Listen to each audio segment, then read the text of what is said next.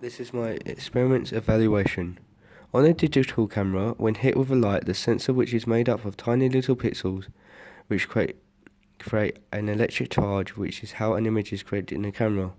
Our problem with one of the game experiments was that while filming my backpack on a chair, the image was too overexposed, meaning that too much light had hit the sensor, creating just a big image of light. The red light from the flame red filter turns up red onto the model because the light reflects from the surfaces back from the camera lens, creating a red glow.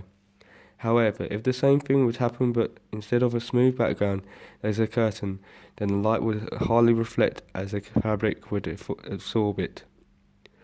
As light is faster than sound in some cases, movies have a syncing problem, if not properly corrected during production or post-production.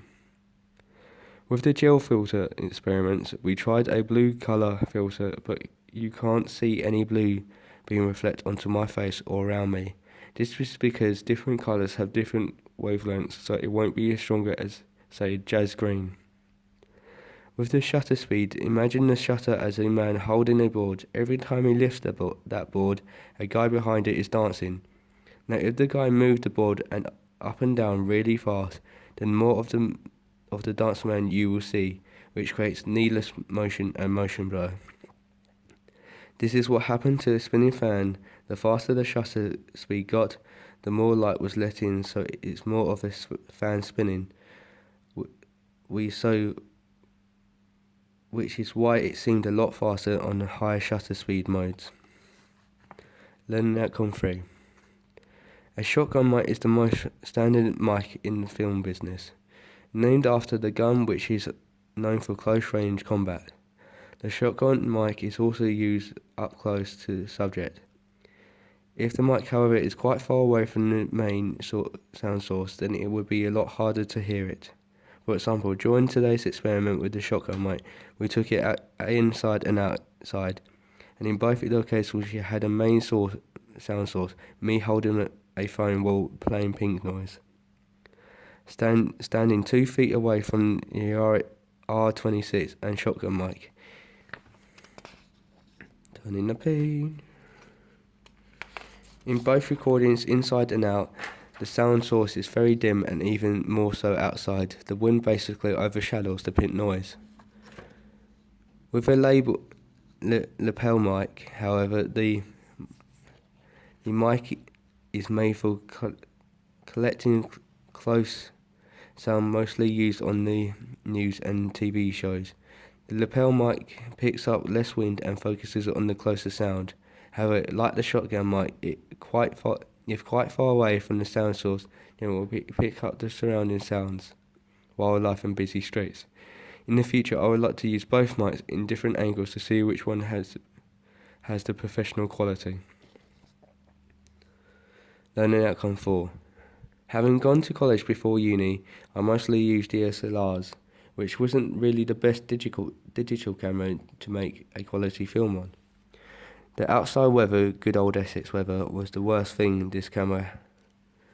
With this camera, it would pick up all the wind instead of the actor's voice, which is why most of my films are silent movies. The EA50 is a much better sounding camera as it is equipped with a fluffy microphone which reduces the sound of wind.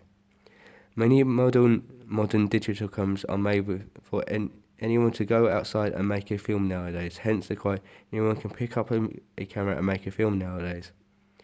In the late 1990s, Sony started publishing their handheld digital cameras which sold quite cheap and was easy to pick up and shoot your dog playing fetch. This started a revolution of storytellers making dream projects for basically nothing, the Blair Witch Project, for example. The gel filter experiment was a test for us to help to get a certain tone that some films like The Book of Eli have to set the atmosphere of the film. My favourite filter was the flame red as it felt disturbing and unsettling, something like from hell. Thanks to the age of digital cameras, we can now experiment with all our camera settings without leaving it in post-production. When we started planning the experiments, we planned on taking full advantage of the two camera abilities. most notably with the shutter speed. We wanted to see how much motion blur we can pick up on different speed modes, low, medium, high. We wanted to see if we can get a Saving Private Ryan crisp motion feel, which was shot on the fast shutter speed. What went well? What I believe went well was teamwork. I believe that my team worked well together, included all the problems we faced. We had a problem with the memory stick, as the footage was the only memory stick that we used, so no one could get the footage for 2 weeks. But we came up with the solution of putting the footage on the Dropbox and sharing it with everyone in our time. With the experience, I believe that we achieved most of what we set out to film. We shot a fair amount of experiments, just enough I believe that all our edits don't look the same as one another's. What didn't go so well? Storage of the footage. When we had first filmed the experiments, we had a bit of a problem with storing the footage on the USB. The problem was that we couldn't get the rest of of my teammates' USB sticks to work on the Mac. We had the footage on. Another problem was that while on Easter holiday, it was very difficult to get the footage to each member of the group, as we weren't all in the same places and the files were too large to send by email, Facebook or anything else other than Dropbox. Another thing that went wrong was when it comes to problems with experiments, there's only one experiment that I think of wasn't as well filmed as the others, and that's the gain, which was shot on an FS100. While editing, I noticed the image was way overexposed. Things I would do differently next time.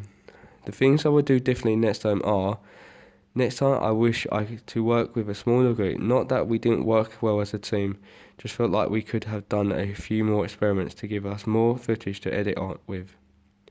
I also feel that it would have been easier to direct people on how we should perform the experiments and more or less get them done quicker. I would like to spend more time on editing and talking about what we were trying to look at and how we achieved this during process. In conclusion, I think that this assignment wasn't as bad as I thought it would have been, but it still have a lot of problems understanding of some of my learning outcomes, which I didn't really understand at first. I also think that picking my team and working together was the strongest element of this assignment. However, in the end, I did have a problem with the contents on my USB getting corrupted and deleted, which of course gave me a panic attack. But thankfully we had a backup on the data drive, so I was able to get all my work done. And that's the end of that.